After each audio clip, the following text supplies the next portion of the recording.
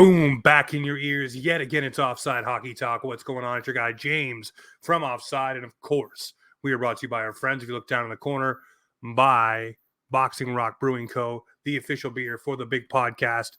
Absolutely stoked to sit in with you yet again and talk some Maple Leafs hockey.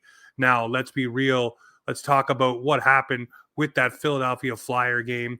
Obviously, Toronto Maple Leafs fans, we know multiple posts hitting that game. The Leafs could have swung that one the right way, but there were multiple plays throughout that game that were just unacceptable, lazy plays, and I love what Sheldon Keefe did after the game. I don't care what anyone thinks. This team does not need the kid gloves put on anymore. This team needs to be handled the way they were handled after that game. Everyone's simply saying this team needs to do better. There was no one who stood out on that ice, and I don't care if they battled back and they tried to tie it up. The consistency level was not there from period 1, 2, or 3 for the Maple Leafs against the Philadelphia Flyers, which you expect it to be. You expect that from pillar to post for the Maple Leafs to do the damn job they are supposed to do against a team like Philly. Now, I can say the Philadelphia Flyers definitely are battling for their own playoff lives, battling to get into the dance, and are a tough opponent in that regard, but you just beat them. Not but, 2 games ago, 6-2? Come on now. This is a game the Toronto Maple Leafs needed to show up and show out yet again that they are the team that we as Leaf fans think that they are. But they didn't, and that's a problem. Because we are heading down the stretch drive. We are heading towards the playoffs. And when you're heading in that direction as a team that is going to make the playoffs, consistent efforts on a night in, night out basis on the power play, the penalty kill, and just proper defensive position are paramount to getting right now. And one of my issues in that game was the fact that yet again, we went back to something that is tried, tested, and doesn't work to be true. And that is Morgan Rielly with TJ Brodie. Now, I'll break down TJ Brodie in just a second, but that defense pairing, you might as well be ramming your head against a wall and just hoping that you knock yourself out with something that comes to some sort of resemblance that these guys work. Confuse yourself, I guess, is the what I'm trying to say, because it does not work. These two players are oil and water. Morgan Rielly likes to jump into the rush and figures things out. He needs a guy that is the red line and back type of player, a Labushkin, if you will. Even a Simone Benoit might be the type. But for what is going on between those two, TJ Brodie does not have the foot speed to get back and break up the 2-on-1s like we used to love. He does not have the wherewithal to make sure that he's breaking up plays with his stick anymore. From time to time, he does it. But when you go to the well too much on TJ Brodie, you get the results you are getting now.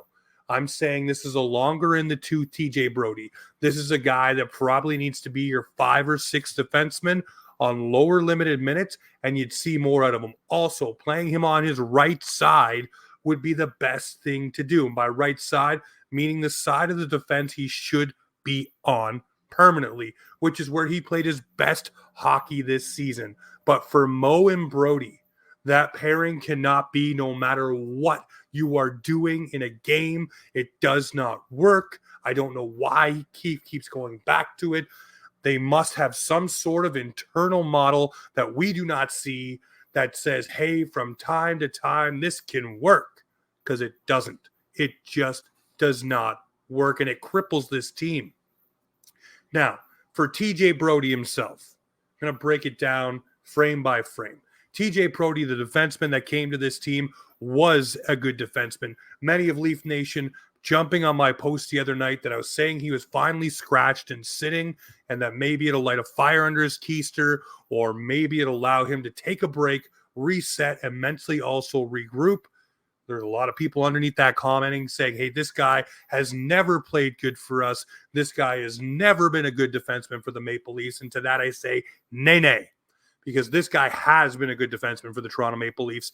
Last season, towards the tail end, and this season, it started to fall off, which means that should be on management. That should be on the head coach to put players in a position wow, can't speak tonight, to succeed. They're not doing that with TJ Brodie. They keep rolling him back out there. He keeps getting rickrolled to the point where now Sheldon Keefe says, yeah, we've known this all season long, but we were hoping that maybe he could turn the corner. Now we're going to give him a chance to rest and reset. Now you are towards the tail end of the season. Maybe this might have been good to shell shock TJ Brodie a little bit earlier into the season, to allow that to set in a little bit earlier into this campaign. But no, now it's the right time. For me, I shake my head because I know this guy can be a serviceable 4, 5, or 6er. And mostly I'd say 5 and 6. Limited minutes, shelter him a bit more. I think you get a lot out of him. Use him as a PK kind of specialist defenseman. But where he's playing top flight minutes with Morgan Rielly, that is not the space. That is not the case for this player. Now, for me, I also look at the other side of things. All of the off-ice stuff that is happening in TJ Brodie's life, with his family, with his wife, and those are things I'm not going to discuss here, but we've all seen them. Sportsnet did a beautiful video on it earlier in the season. It is hard with all of those things, and that's why I said maybe if the defense core looked good against Washington, maybe you sit TJ Brodie for more than one game, allowing him not only to physically recover, but maybe mentally hit a reset button. Just pause for the cause. Calm the grind on the ice, still practice, still be around the guys, but the day-to-day game stuff, maybe you pause that and just let your mind catch up to everything that is happening, and maybe you see a refreshed TJ Brodie, and maybe that is what he needs. Maybe that is what this player needs to do right now, and hopefully it is recognized and the coaching staff and the team sees that this player can benefit from time away from the ice, physically and mentally, and maybe we get a special edition of TJ Brodie heading into the playoffs. But to put him back with Morgan Rielly the second he steps back on the ice, please don't do that. Please don't subject us to that anymore. It doesn't work. These two do not work together anymore, nor have they really ever worked together. So I'd like to see him back on a bottom pairing and allow this team to move forward with different pairings, but give TJ Brodie some time off the ice to heal whatever's ailing him physically, but also mentally. Bring both components back together, and maybe you get the player you want towards the playoffs. That is my 2 cents on the Mo Brodie pairing and TJ Brodie as himself. For me, I look at this too, and I say another player that I'm in the I love the player. I made a post and said I'm done. I'm done with Nick Robertson. The leash is short. The leash is done now. He has no more. This player is done. Done, and I'm done. And what I mean by that is I'm done with this player at this point of the season. You are going into a stretch drive. You are going into the most heightened part of the season and then the playoffs. Nick Robertson is now being trusted on a second power play unit as the puck-carrying player to enter the zone with the puck. 3 times he had issue doing so. Multiple times throughout that game, there were bobbled dekes and passes. Same thing in the Washington game where possession was an issue. There are always sparks and excitement moments with Nick Robertson where you're like, we could have a, but all of a sudden those dry up. And the one that really took the straw for me, and everybody said it was Max Domi's fault. Here's the thing. Skilled players understand how to coddle the puck. I look at Mitch Marner when the puck is passed to him a little bit hard. What does he do? He uses his body to shield it. Guys on the blue line on the power play, same thing. They maneuver their body to make sure the puck does not get by them, or if it does get by them, at least they get enough of it where it doesn't go completely beyond them to the player streaking out of the penalty box and down the ice. It's wherewithal, it's time management, it's knowing what is going on the ice at all times. Nick Robertson is not there yet. Now, if Nick Robertson was able to play every single game this season, we may see the version of Nick Robertson that everybody wants by this point of the season. But at this juncture right now with Nick Robertson, honestly ask yourself, are you comfortable with him being in this lineup and making the mistakes he's making and having the growing pains? And let me pause right there and say this. I don't want this player traded. I don't want this player sent to another team. I don't want him to go to a different organization. So don't take me saying I'm done with this player as I'm done forever. I'm done right now. We need to put together the best lineup for the stretch drive and then the playoffs. And you cannot honestly tell me the best lineup for this team is with Nick Robertson in it right now. He is still too green on zone entries, fumbling the puck 3 times. I'm not even talking about the Domi incident in Philly. Just bringing the puck in, then trying to overstick handle and overplay and overdo things because he's so worried about being taken out of the lineup and sent down. Play your game. When you were playing your best hockey with the Leafs this season, you were riding on a line there with Domi and Jarnkrok, and you were looking really good. That was the best Nick Robertson we've seen. And it was consistent. It looked good. And everybody pulls up the fact he's got 20 points in, 43 games. And that's a 40-point pace if he plays a full season. Great, but he hasn't played a full season, folks. He hasn't been in the lineup the entire year. That is not a tangible thing that you can hold in your hand and say, hey, look, this is what he's done.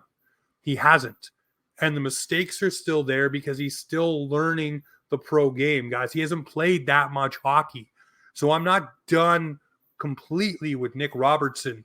I'm done at this juncture of the season with guys that are trying to cut their teeth and learn their ways. That was for earlier in the season.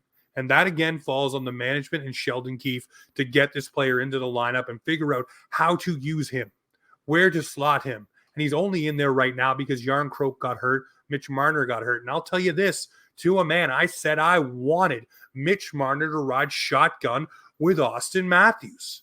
You have an opportunity for a top 9 player to play with top 6 talent. So put him up there with Austin Matthews. Put him on that line and say, hey, kid, you said you were unhappy. You said you wanted an opportunity. Here's the runway. What are you going to do on it? Are you going to take off, or is your plane going to keep going down the track and not take off right now? That would have been a perfect opportunity, because then you could sit him down and say, this is what we need from you. This is what's not happening. This is why we haven't put you up there right now. But what if he flourished? What if he stepped in and just started lighting it up like Max Domi is with Austin Matthews right now? I'm just saying, it could be something.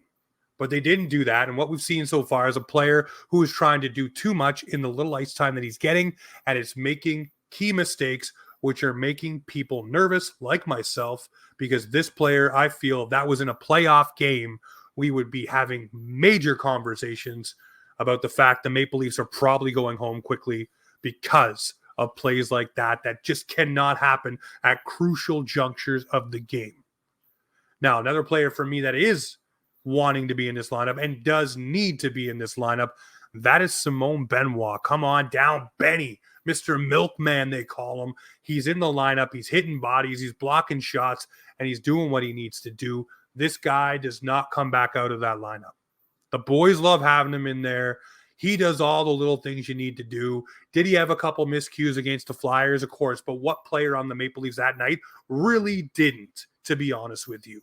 So I look at it and say Benoit needs to be in for the physical aspect, for the shot blocking aspect, for the net front clearing aspect. He takes no crap.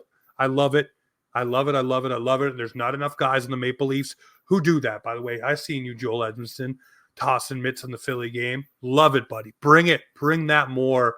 We need that from the Maple Leafs decor, especially if you're playing Florida with the Lorax, a.k.a. Sam Bennett, or Tkachuk, or any of those guys that just like to be greasy grimies over on Florida. Same thing with Boston if we play them, the Marchands, the DeBrusques, go down, the Trent Fredericks, all those guys as well. So the Leafs decor and players need to step up and elevate their game to that level.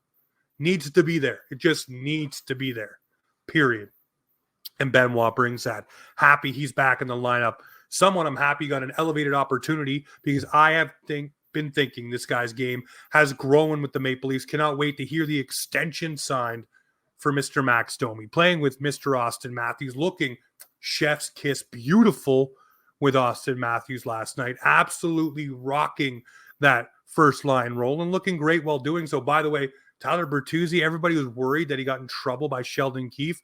No, turns out he wasn't feeling well and his guts just weren't feeling that great. Heard that from Pontus Holmberg. So he sat down for the first basically 10 minutes, the first period, let everything calm down, and then came back on the ice and did his thing. But Austin Matthews with Max Domi, that is something I want to see. So if you're looking at this and you say, if Max Domi can roll with Austin Matthews and you can slot in a Bobby McMahon, a Tyler Bertuzzi, or whoever else on that top line, and it clicks and it keeps working. And I know Austin Matthews loves his good buddy who wears number 16, who has the zoomies and drinks a ton of Red Bull, and Mitch Marner. But I'm telling you right now, if that line works with Domi up there, maybe you swing Mitch to the second line and give a little life to JT and Willie Nylander. Or maybe you drop them even farther to the third line. And I know everybody's eyebrows just went through the roof.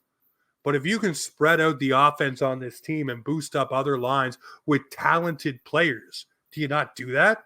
Do you not give your lineup the maximum ability to score, to be a threat, to be a problem? Then when you want to go full nuclear, do what you do with the power play unit. Sheldon Keefe has experimented with it. Throw Marner on with Riley and just let it roll, because Morgan Riley and Mitch Marner both know how to get back and play D. Marner's pretty smart in that regard. That could be your full nuclear option when you need a goal, or you want to press to get one more. Got an opportunity coming off a penalty kill, throw that kind of unit out there. But I'm just saying, if Max Domi can roll with Matthews, and I know everybody's going to want to say, put Mitch Marner on that line, it'd be sick. Well, then you deplete the rest of your lineup. So I'm saying, if you can move Mitch Marner around and get JT rolling, or get Nylander rolling, or get the third line going, don't you wish you could do that a bit more than what you have going, per se, if Mitch Marner's on that top line? Just food for thought, but I'm loving what Max brought. Same with Bert. They're both heating up at the right time. Imagine these guys in the playoffs. It's going to be fun. Lastly, Leafs Nation. I've been a big proponent of the bottom six. Needs more scoring, needs more juice, needs more jam. When Ryan Reeves is in there, he's stirring it up, he's mixing it up, he's doing what he needs to do. But guys like Connor Dewar, showing his speed, showing his net drive. Pontus Holmberg, same thing. Needs a little bit more strength in front of the net when he's covering down low, making sure he's moving guys away from his goaltender. That happened in Philly on the second goal, I do believe. Got to get a little stronger, but the scoring touch is there. McMahon, definitely a guy I'm excited for in the bottom six. Camp looked like he's kicked it up a notch. Gregor flying around the ice. Jarnkrok's down in the bottom six too. Matthew Nyes circling in around there too. The Leafs bottom six, to me, looks like we got something. Looks like if we need a game where our top guys are being hemmed down, maybe we can get something from these bottom six guys to contribute throughout the playoffs, because these guys were not there last year. The size of these guys is different, and the complexity is way different than last year as well. And if you need to shift your whole lineup up and say Mitch is down lower, then he's getting sheltered minutes against probably lesser defensive opponents, which is amazing. But Leafs Nation, let me tell you something. You guys keep coming out in large numbers to come listen to these offsides, and I super appreciate it. So if you can do me a favor, head on over to YouTube, drop a subscribe. If you're over on Twitter or Instagram or TikTok, make sure you drop us a follow. Get in on the show. We are going crazy here with the numbers, and I love it. I love seeing you all tune in and listen. This has been a labor of love, so I'm so happy that this is starting to build and boom and come into something of its own. So Leafs Nation, we will talk about the hot button issues. I will keep posting over on Twitter and getting roasted for some of my opinions, but I still firmly believe that the time is not now for Nick Robertson, but the time is now for Simone Benoit, and the time is now to check out Offside. So thank you yet again for showing up in big numbers and listening to me go on about our favorite team, the blue and white, the Toronto Maple Leafs. This right here is Offside Hockey Talk, where the Maple Leafs and hockey come to talk.